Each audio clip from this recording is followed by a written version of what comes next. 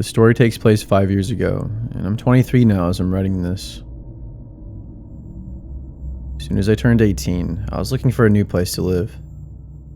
My parents and I didn't have the best relationship at the time, as I was sort of a hard-headed, arrogant teenager, and we would butt heads constantly. Especially my father and I. I love them both to death, and no, they weren't the greatest parents, as all three of us had our flaws, but I'm just happy we were able to work through everything. Because nowadays, we're doing much better as a family. But for years, things weren't so great around the house. I take responsibility for a lot of the blame, but definitely not all of it. None of my friends wanted to move out of their parents' house yet, understandably, as most of them had a great relationship with their mom and dad. They all had jobs and were going to college and trying to save up some money along the way, but I, on the other hand, wanted to get out as soon as possible.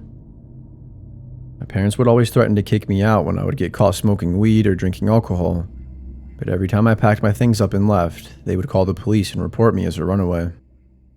Luckily, I never had to go to juvie, but I sat overnight in a jail multiple times, in a holding cell for a quote-unquote lesson. I never really learned my lesson, though, and unfortunately, I had to learn the hardest way imaginable. I wasn't cocky, just arrogant and hot-headed. So since I didn't know anyone who wanted to be roommates with me, I took a leap of faith. I looked on Craigslist in hopes I could find a cheap place for rent. Stumbled upon a decent but small-looking house that said it was renting for $550. Now that almost seemed too good to be true. I knew there had to be a catch, but I was interested in all the details, so I reached out. When I called them, the lady didn't answer, so I left a voicemail. A short while after, I received a text with the time to come and check out the house and talk to her in person about everything. She wanted me to come that night, so I did. When I arrived, she went over everything with me, and it all seemed to be good so far. I was actually pretty excited about having a place all to myself. She didn't have me sign any sort of papers or anything, though. All she asked was for a small deposit fee, which I managed to scrape up. She said I could move in the next day as long as I had the deposit money. I showed up the next morning to the house, and I met with her so I could pay her. After that, she gave me the keys, and I unpacked my truck and took off. I had some other things I had to do that day. Plus, I had to go back to my parents to load the truck up with a few more things. When I got back to the new rental, it was around 8:30 p.m. As I was rolling up the driveway, I noticed the lady's car was still there. I was really skeptical about that and slightly uncomfortable. When I walked in, she was sitting in the living room on my couch watching TV. What the hell are you doing here, lady? Not trying to be rude, but what the heck is going on? I asked. Oh, I'll be staying here for a while until I can get my own place, she said. I looked at her like she was crazy, and I was absolutely puzzled. Nowhere in our agreement did she mention that we would be roommates. I asked her how long she planned on staying, and she said only a few days. I was very uncomfortable with this, but I was just so tired and overwhelmed that I accepted it and I just went to my room. I fell asleep shortly after laying down, and that was my worst mistake. I was creeped out by this woman who was pretty much a stranger staying in my new house, but I didn't know what choice I really had. She was at least 65 years old though, so I knew if she tried anything crazy, I would be able to defend myself no problem. Plus, I locked my bedroom door so she couldn't try anything on me while I was sleeping, just in case, you know. About 30 minutes after falling asleep, I woke up to some music playing out in the living room. I got out of bed and I asked her if she could tone it down and that I was trying to sleep, but all I got from her was a blank stare. She turned the music down a tad, but didn't say anything. I managed to fall back asleep, but what I awoke to was the most creepy and terrifying thing that has ever happened to me to this day. There was a knock on my door. At first, it was very light. Hello, what do you want? I'm trying to sleep, lady. Timmy, wake up, she said. Dinner's almost done. You don't want to make mommy upset. After she said that, I felt this chill run down my neck to the bottom of my back. My name isn't Timmy, so I knew something was wrong with this lady. As a matter of fact, my name is nothing even close to that. I was so stunned that I didn't even say anything. was hoping she would just walk away and leave me alone. Less than a minute later, she started banging on the door with both fists closed relentlessly, all while screaming at the same time. "Let me in now, I swear to God. If you don't, it will be the last of you, boy." I was scared she was going to get the door unlocked somehow, so I scooted the dresser across the room and I moved it in front of the door. I then grabbed my phone and opened the bedroom window and jumped out and ran straight to my truck and drove off. I never even looked back once. I didn't know at the time, but a few weeks later I found out that her son went missing and they ended up finding his dead body. Eileen was the lady's name, by the way, and she was pinned for the murder of her son. There was loads of evidence that she poisoned him. They found him buried in the rental of that backyard. Her son's name was Timmy. I don't know what the hell is wrong with her, but she's seriously so sick in the head. I don't know if she really thought I was her son or not. Maybe she was trying to relive the whole situation again and trying to murder me or something, but it's hard to say. Or maybe she's so insane that she actually thought I was her son. It feels like a fever dream talking about this even now. This woman was batshit insane, and I'm 100% convinced that if I ate the food she made for me that night, that I would be 6 feet under, just like Timmy.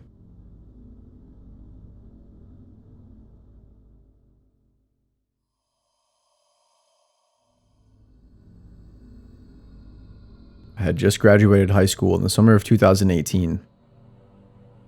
I was wanting to get my own place, and I had been saving up money from my job for 2 years to do just that. My original plan was to rent out this cheap one-bedroom apartment that was downtown and right next to the high school that I went to. I had like 5 friends that I knew that were already living there, so it was the perfect place. I would still be close to everyone and everything, literally within walking distance to the grocery store, nearby parks, and pretty much everything else you need on a daily basis. I had saved up $10,000 and I wasn't in any debt. My car was paid off and I was happy to be alive. This was one of the best moments of my life. I applied for the apartment online, and when I was accepted for it, it felt great. It felt great to have my own space where I could enjoy myself in my own 4 walls. Everything took a dramatic turn about a week after living there, though. Remember I was telling you about the friends that I had that were already living there? Well, Aaron and Rob, who were 2 good friends of mine, actually lived in the same building as I did, but on the 3rd floor, just 2 apartments above me, where I was on the 1st floor. They came over a few times and we hung out for a bit. Nothing too crazy at first. That is, until they broke the ice.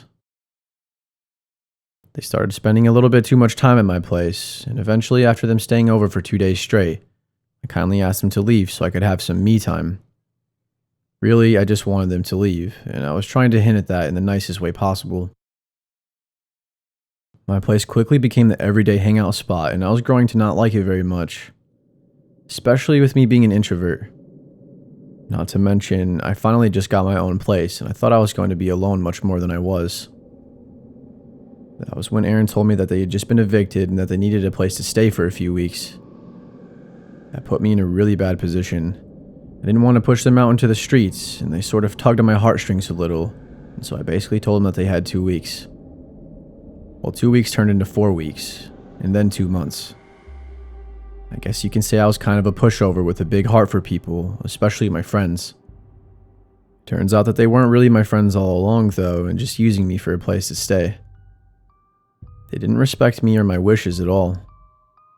Every day they would have random people over and be loud as hell until 1 a.m., smoking and drinking with a bunch of random chicks every night. We even had the cops called on us multiple times. I'm honestly lucky that I never got evicted. Eventually, I got sick of it one night when I was trying to sleep. I had already asked everyone to quiet down multiple times, and they were completely ignoring my wishes, so I stormed out of my room and I kicked them out. Every single one of them, including Aaron and Rob. It took me like 20 minutes to actually get them all to leave, but they finally left after I threatened to call the police. I was relieved that they were finally gone, but they left me with a huge mess. I decided to pick it all up in the morning as I was just super tired. I woke up at the ass crack of dawn, at about 6 a.m. with a pounding headache. I walked out of my room wearing only my boxers and rubbing my eyes trying to wake myself up, when all of a sudden, I jumped to oblivion. Aaron and Rob were sitting on my damn couch. "What the hell are you doing, bro?" "Get the hell out of here," I said. "We're not going anywhere. Will you just chill?" "Jeez," Aaron said. I didn't even have it in me to argue with them, so I pulled out my phone right away and I started to dial 911. The cops showed up, but of course, they ran away before they got there. I knew they let themselves in with the spare key that I originally gave them when they first started to stay with me, and they still had it. Huge mistake, I know. I really hoped that would be the end of it all, even though I knew deep down that it probably wasn't. I really had no way of keeping them out, so I did what I thought would work best. I put a huge barricade in front of the door in case they tried to come back. Around 10:30 p.m. that night, there was no sign of them whatsoever. I had just started to forget about them finally, and I got lost into this movie I was watching when all of a sudden, I heard the front door jingle. Oh my effing god, I thought to myself. Not again. When are you two knuckleheads going to leave me alone?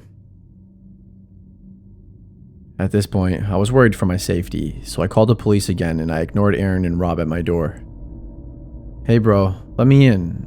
We're sorry man, please. It's really freaking cold outside. We won't mess it up this time. Just let us stay this one last night and we'll be out of your hair for good. There was something so off about them apologizing. It felt so fake and I got this really bad feeling inside of me. I knew better than to believe that shit though, so I sat and waited for the police. Thankfully, they showed up quickly and actually arrested them both. What's disturbing is what they got caught with in their possession. The drugs were sort of normal for them, but they had been caught with roofie drugs, not just weed. Also handcuffs, an illegal firearm, multiple knives, and a bondage rope, and a few other potential torture devices. I literally dodged a bullet that night by not letting them in. I got a restraining order put out on them, and my apartment changed the locks for me. I really hope they weren't planning on doing anything to me that night. But man, I don't know. The odds don't seem in my favor. At this point, they seem like potential future serial killers. There's something not right about that. I'm more of the nerdy type that likes to focus on school and sports, but sometimes I would indulge in the drinking with these guys. But ever since that night, I swore I'd never touch alcohol ever again. It's left a bad taste in my mouth ever since.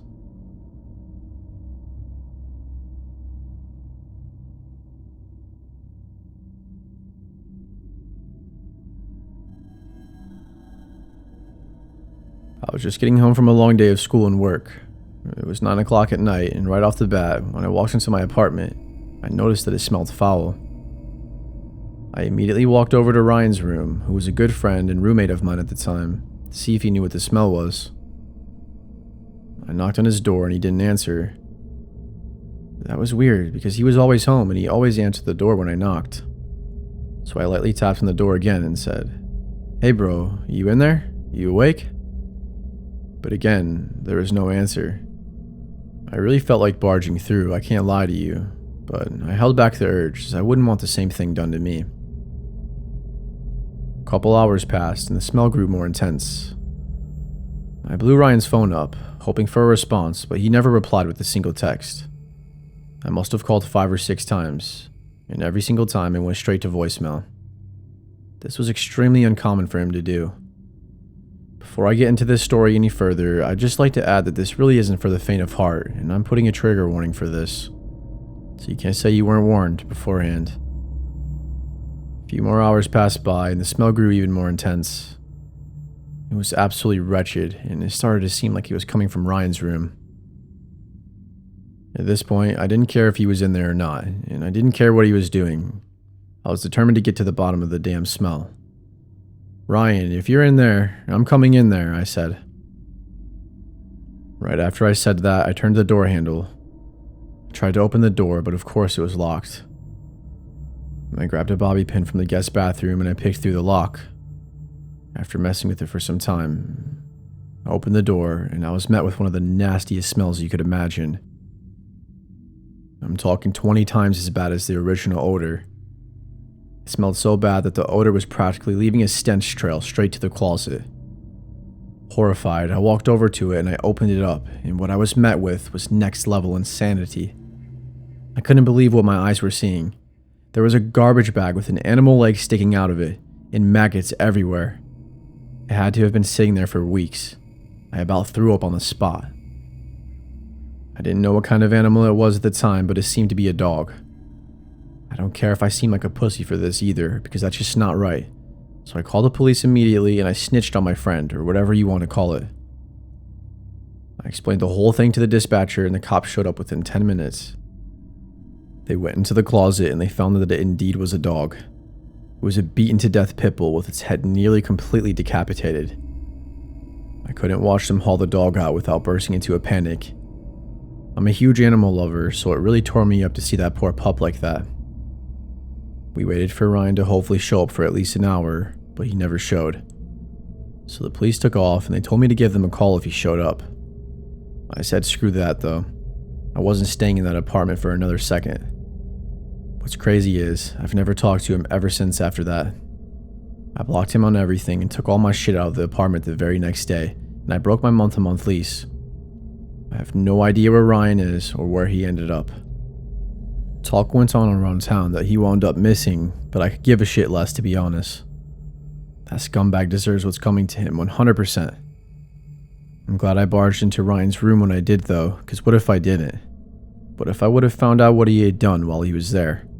Would he have tried to kill me too? They put a warrant out for his arrest, I believe. I hope they find the son of a bitch. You really never know someone, do you? He was a lifelong friend of mine up until this very moment. I'm talking from first grade to senior year. It still bewilders me thinking back on everything even now. It's hard to believe that the Ryan I knew was capable of something like that. He was sick mentally.